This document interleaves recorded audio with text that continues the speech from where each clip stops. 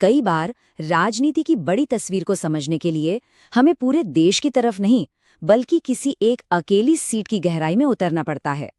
सुवासरा, मध्य प्रदेश की ये विधानसभा सीट हमें भारत की सियासत में उठते गिरते तूफानों की एक बहुत बड़ी कहानी सुनाती है। ये सिर्फ आंकड़ों का खेल नहीं है, ये वहां की जमीन, समाज और लोगों की उम्मीदों की कहानी है। तो ये है सुवासरा, मध्य प्रदेश के बिल्कुल दिल में। देखिए, ये सिर्फ नक्शे पर एक जगह नहीं है, ये एक सियासी अखाड़ा है जहां हर चुनाव एक नई जंग की तरह होता है। यहाँ की अर्थव्यवस्था, यहाँ की जिंदगी पूरी तरह से खेती पर टिकी है और इसीलिए यहाँ के लोग अपनी आवाज को, अपने वोट को बहुत गंभीरता से लेते हैं। अच्छा, अब जरा इन दो चुनावों के नतीजों पर गौर कीजिए। 2018 में जीत और हार का फैसला हुआ था सिर्फ 350 वोटों से, मतलब इतना करीबी मुकाबला कि एक एक वोट की कीमत थी। और फिर सिर्फ 5 साल बाद 2023 में पासा ऐसा पलटा कि जीत का अंतर हो गया 22,669 वोट। अब सवाल ये उठता है कि इतनी बड़ी, इतनी जबरदस्त तब्दीली आखिर हुई कैसे? कैसे एक मामूली सी जीत एक तरफा लहर में बदल गई? इस कैसे का जवाब आपको राजनीतिक गलियारों में नहीं मिलेगा।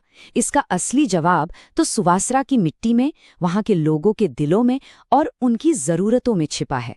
देखिए, राजनीति को समझना है तो पहले लोगों की धड़कन को समझना जरूरी होता है। तो कौन है सुवासरा के वोटर? सबसे पहले ये एक कृषि केंद्रित समाज है। यहाँ ज्यादातर पाटीदार और अन्य पिछड़ा वर्ग यानी ओबीसी समुदाय के किसान परिवार रहते हैं। इस इलाके का किसान आंदोलनों से भी एक पुराना नाता रहा है और ये बात साफ है कि जब आपकी रोजी रोटी ही जमीन से जुड़ी हो तो आप सियासत से मुंह नहीं मोड़ सकते। इसलिए यहाँ के वोटर राजनीतिक तौर पर बहुत जागरूक और सक्रिय हैं।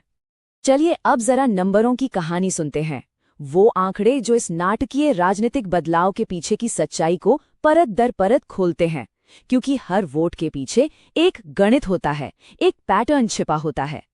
इस टेबल में आप साफ देख सकते हैं कि खेल कैसे बदला। 2018 में कांग्रेस का वोट शेयर 45% था, बीजेपी से बस थोड़ा सा ही ज्यादा। लेकिन 2023 आते आते बीजेपी का वोट शेयर बढ़कर 53% के पार पहुंच गया। ये कोई मामूली उतार चढ़ाव नहीं है, ये एक निर्णायक बदलाव है। ये दिखाता है कि वोटरों का एक बड़ा हिस्सा किसी और दिशा में देख रहा था। और इस नंबर को देखिए, 83.54%। ये 2023 का वोटर टर्नआउट है। ये कोई मामूली बात नहीं है।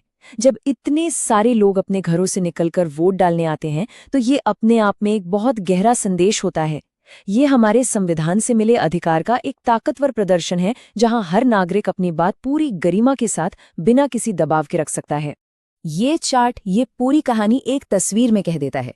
2018 में 350 वोटों की एक पतली सी बढ़त और 2023 में 22,669 वोटों की एक जबरदस्त जीत।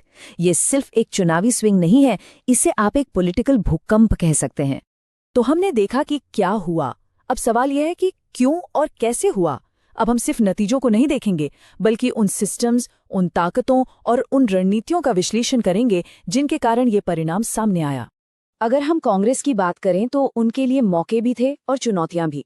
एक तरफ किसानों में बढ़ती लागत और फसलों के सही दाम न मिलने को लेकर एक नाराजगी थी जिसे वो भुना सकते थे। जातिगत जनगणना का वादा भी ओबीसी वोटरों को अपनी तरफ खींच सकता था। लेकिन दूसरी तरफ स्थानीय स्तर पर मजबूत उम्मीदवारों की कमी, बूथ मैनेजमेंट का कमजोर ढांचा और बीजेपी के राष्ट्रीय नैरेटिव का मुकाबला करना एक बहुत बड़ी चुनौती थी। तो फिर जीतने वाली रणनीति क्या थी? उन्होंने सिर्फ एक मुद्दे पर दाव नहीं खेला। ये लड़ाई एक नहीं बल्कि 4 अलग-अलग मोर्चों पर एक साथ लड़ी गई थी और हर मोर्चे का लक्ष्य एक खास वोटर वर्ग था। बीजेपी की रणनीति 4 मजबूत पिलर्स पर खड़ी थी। पहला था विकास, जिसमें सरकारी योजनाओं और इंफ्रास्ट्रक्चर प्रोजेक्ट्स को गिनाया गया। दूसरा राष्ट्रवाद, जिसने लोगों को एक मजबूत राष्ट्रीय पहचान से जोड़ा। तीसरा जातिगत समीकरण, जिसमें अलग-अलग समुदायों को साधा गया। और चौथा था स्थापित नेतृत्व, जिसने वोटरों को स्थिरता का भरोसा दिया। इस मल्टी लेयर्ड अप्रोच ने एक साथ कई तरह के वोटरों को अपनी तरफ खींचा। लेकिन इन बड़ी बड़ी रणनीतियों के बीच वो कौन सी असल चिंताएं थीं जो सुवासरा के आम इंसान के मन में थीं? क्योंकि दिन के आखिर में चुनाव जमीनी मुद्दों पर ही जीते या हारे जाते हैं। जब हमने गहराई से देखा तो 3 मुद्दे सबसे ऊपर थे। पहला, कृषि संकट, किसानों पर कर्ज का बोझ और एमएसपी यानी फसलों के न्यूनतम समर्थन मूल्य की मांग। दूसरा, आरक्षण, जातिगत जनगणना और ओबीसी के लिए बेहतर प्रतिनिधित्व की मांग। और तीसरा, बुनियादी ढांचे की कमी, गांवों की खराब सड़कें, आती जाती बिजली और पानी की किल्लत।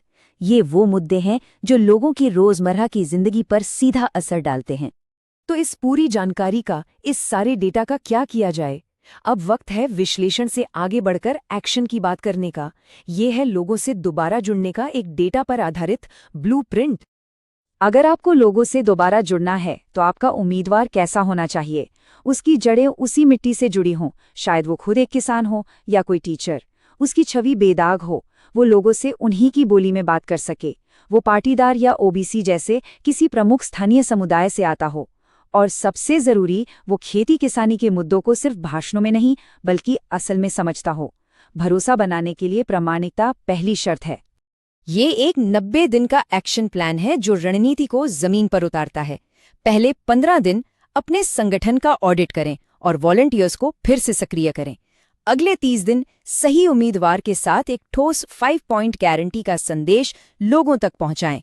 उसके बाद के 30 दिन रैलियों और स्थानीय नेताओं के समर्थन से अपनी विश्वसनीयता बनाएं। और आखिरी 15 दिन घर घर जाकर जोरदार प्रचार करें और वोटरों को पोलिंग बूथ तक लाएं।